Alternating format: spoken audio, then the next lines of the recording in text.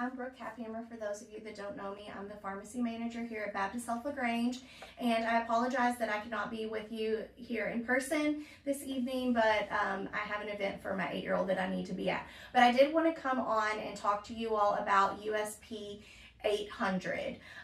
So USP 800 is a newish chapter, not super new, came out in the end of 2022, beginning of 2023, but it's from the United States Pharmacopoeia.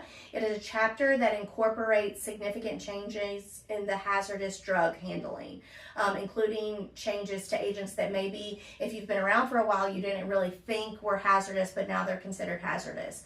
So it's an OSHA and a NIOSH safety standard that protects healthcare workers from exposure to hazardous drugs. So occupational exposure to hazardous drugs can increase risk of cancer, organ damage, and reproductive or developmental issues.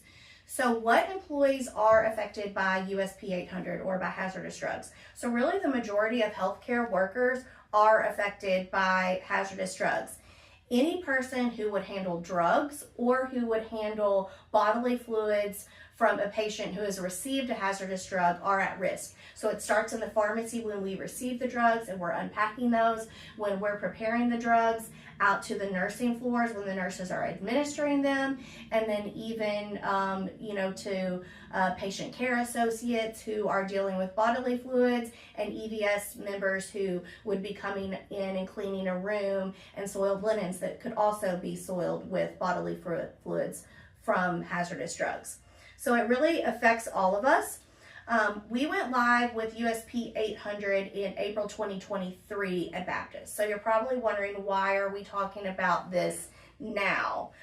So at the time, education was done through Develop U, and we had some in-person training on EquiShield, which we'll go over here in a little bit. But we haven't received annual education since then. Only new hires have received education since the original go live. So there was a need that was identified specifically in your department, in the emergency department, because staff didn't feel adequately prepared to administer methotrexate, which is an anti-neoplastic drug that in this setting is used for ectopic pregnancy. So we saw a need, and some of you questioned whether you were actually certified to administer hazardous drugs, and so we wanted to make sure we get you the proper training and that you feel comfortable giving those meds.